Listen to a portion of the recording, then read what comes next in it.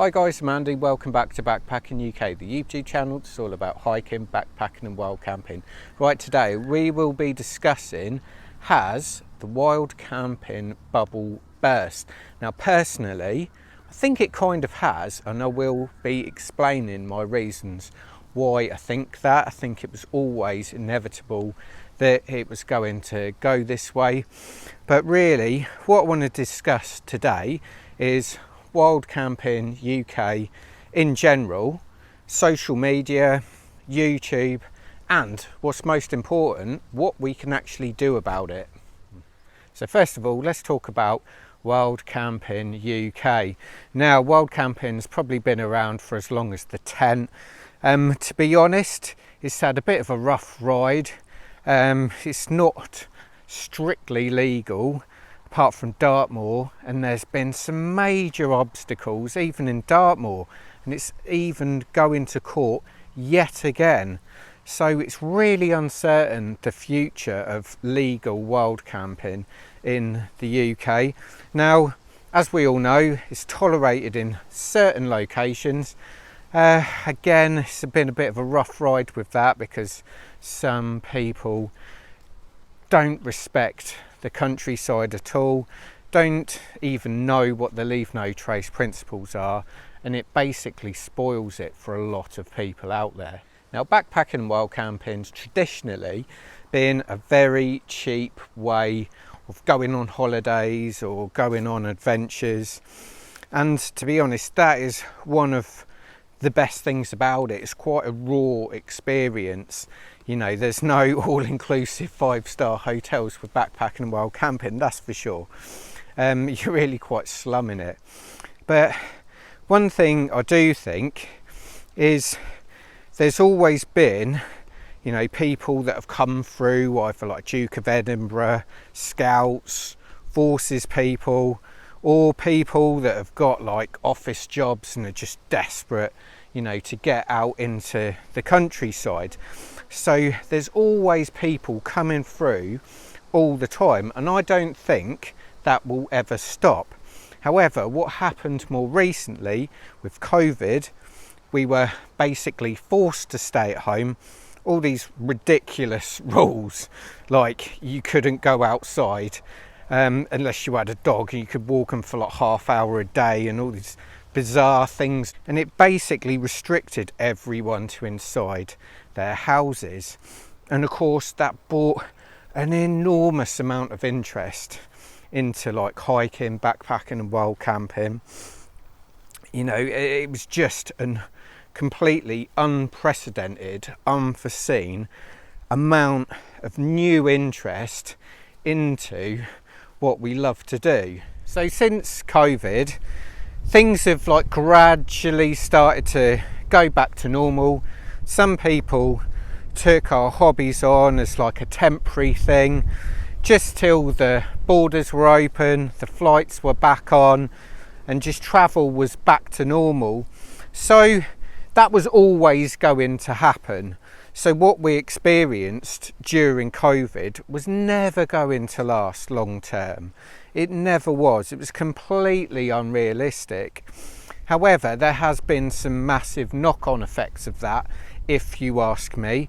The outdoor gear companies flooding the market with new products, whacking the prices up, greedflation's like at an all-time high. I mean, even to the extent where, you know, myself and others, you know, have managed to get deals for you, like Terra Nova, for instance. You know, if you type in Backpacking UK, you get a discount. Well, the stores were moaning about that, so we can give you less discount now. It's just ridiculous. I mean, the amount of money now you can pay for some of your like hiking gear and tents and things, it's absolutely ridiculous. And I think what it's caused is a huge rift between the groups that can afford it and the groups that can't, you know. And I feel sorry for the people that have suffered in our sort of energy crisis and our period of like high inflation. You know, these guys, they don't have any money at all. You know, they're working their nuts off, you know, and channels like mine probably don't help, where, you know, you sometimes show some high-end stuff, and, you know, there's probably a lot of resentment there, which is kind of always going to happen, to be honest. But it also doesn't help when the people that can afford it, I see so many just really dumb responses to questions, like just buy Hilleberg Solo or something like that, as if everyone can afford £1,000 tent. It's absolutely ridiculous. And that really brings me on to my next thing, really. You know, YouTube, I've said it several times since I started this channel, it's been a very, very humbling experience. You know, and unless you're a content creator, you don't know just how little so many people have. But this year in particular, which is what I want to come on to later, it's not just the viewers that are suffering, it's also the content creators too. And there's this ridiculous thing out there that all our content creators are making an absolute packet out of YouTube, and I can promise you that is absolute rubbish. Now I want to talk about like social media in sort of general, really. During the COVID phase, anyone that was set up, literally anyone that was set up already on social media, whether it be like YouTube, Instagram, had their Facebook groups, benefited massively from everyone staying at home. Got these enormous followings, absolutely huge overnight. I mean, myself, I missed the prime year, which was the first sort of lockdown year, but I started mine early, I think 2021. We'd just gone into like the second main lockdown. But the thing is, there you've got all these like Facebook groups, massive followings, Insta, the YouTubers with massive followings.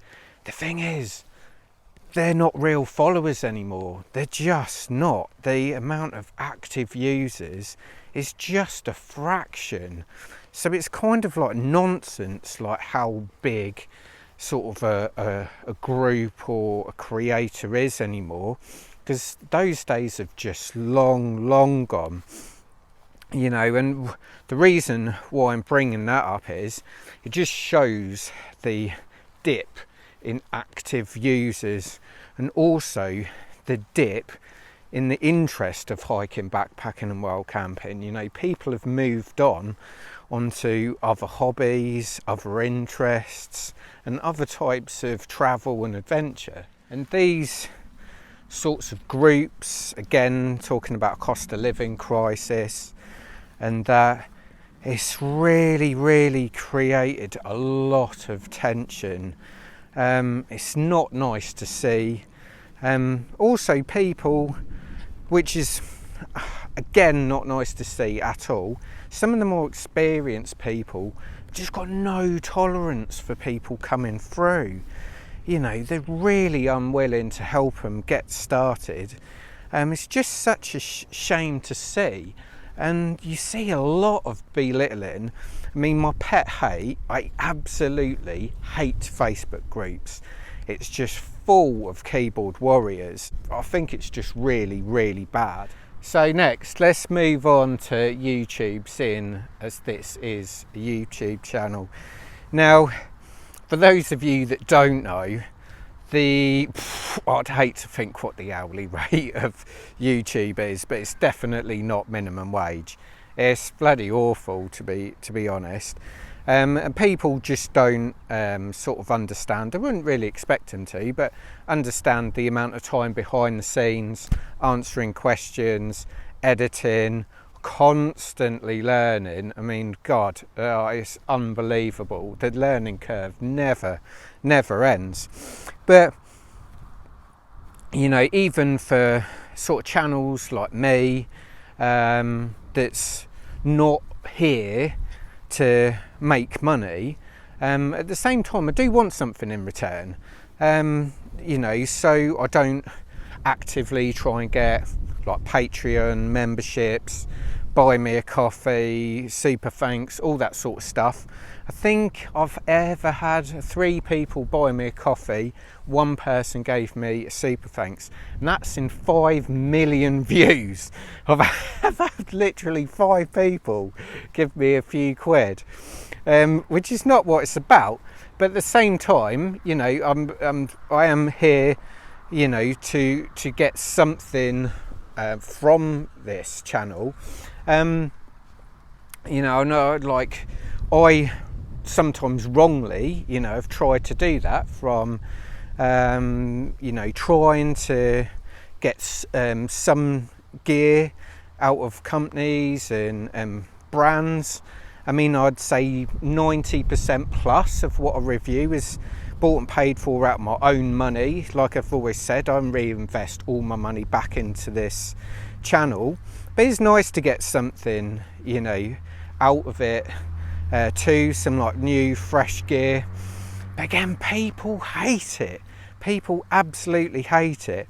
So then you think, oh, should I start asking for Patreon memberships and stuff? But people hate that. And then you're like, oh, should I try and have like a sponsorship? Do that? People hate that. Should I just be honest if I get an item of free gear? People hate that. There's, as you can see, there's like a bit of an ongoing theme here, which leads me on to my next thing, which is the amount of YouTubers and content creators that have either stopped their channels, hardly uploading anymore, or have completely diversified away from what was originally an outdoor channel. And this is my warning to everyone out there, because even the biggest channels are struggling. There's so few channels out there that are doing well in the sort of outdoor community at the moment. You know, it's a UK channel. We're getting, for a start, battered by the US. Flipping heck, it's just, we can't compete. We've got absolutely no chance. You know, our culture over here is totally different. Over there, they got like a tipping culture. I should think they've got loads of support from their viewers, like Patreon memberships, all that sort of stuff. There's clearly loads of brand support in the US. I mean, I don't actually watch his videos, but I do follow him to see what videos he's making.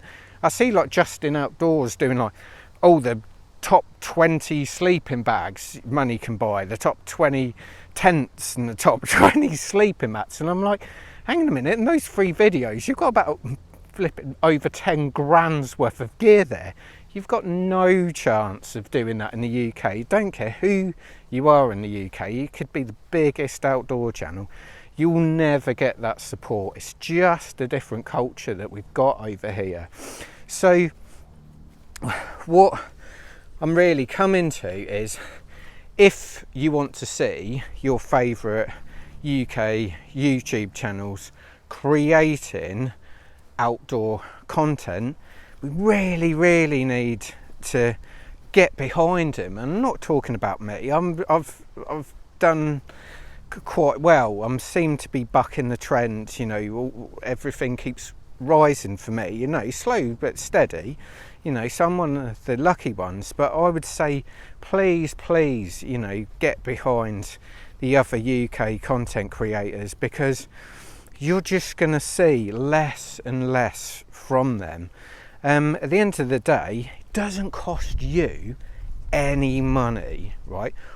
All we ask, I should say, and I think everyone would be behind me when I say this, is just be a little bit more tolerant, right? It's not hard. We're producing this content for free. Be a little bit more tolerant, you know. These guys, you know, people like me, we've got families. I work really hard, you know, I've got a stressful job. There's other creators out there that are doing 2 jobs, and then they're trying to spend about 30 hours like creating and editing content. You know, these guys are literally putting 100% into their lives, you know, and then you get these really ungrateful comments, and it's just so sad to see. It really is. So really, lastly, it's just my sort of final sort of what can we do about this sort of thing. So I think it's, you know, being a bit more patient, being a bit more tolerant, you know, help your favourite content creators. It doesn't always mean you have to like give them money and stuff like that, but you know, if you've watched their review or something, or watched their wild camping video and you like what they're doing, you know, click on that link. They get probably like 2%, but you know, that does help them out. You know, if you see questions that need answering and you know what the answer is, you know, help them out by getting involved. Help the new people. Don't put new people off hiking, backpacking and wild camping. I mean, that's disgraceful behaviour, that is. So you just, you know, sort of nurture, encourage these people. You know, we've potentially got this fantastic community out there, but you know, there's just lots of, I think some of them external forces that's stopping it from being as good as it can be. But you know, certainly from my sort of side, I'm still extremely grateful for all the support that everyone's given me, but I'm also very conscious that some of the creators that, you know, I either know personally or I've enjoyed watching their content over the years, and it's just not nice seeing them struggle either, and also create less, and even in some cases just stop creating altogether, which is such a shame, because there's so much sort of knowledge and experience there that's lost, and also just their personalities as well, which is half the reason why we watch these channels in the first place. But I would like to say thanks a lot for watching this video. It's not a moany video. It's not supposed to be one of those. I hate watching those videos. But it's just a very, very honest video of what I see on a day-to-day basis, you know, mainly in the wild camping community. I do not want us to lose our way, because I know just how much, you know, sort of it brings to your physical and mental health. And this is why I want so many people to give it a go, because as we move on, I think mental health is just going to be more and more important to us, and you're not going to improve your mental health if you do not get outside. That is it, full stop. But anyway, I do like to thank you for taking the time to watch this video. Please check out my videos and make sure you get out there soon. Cheers.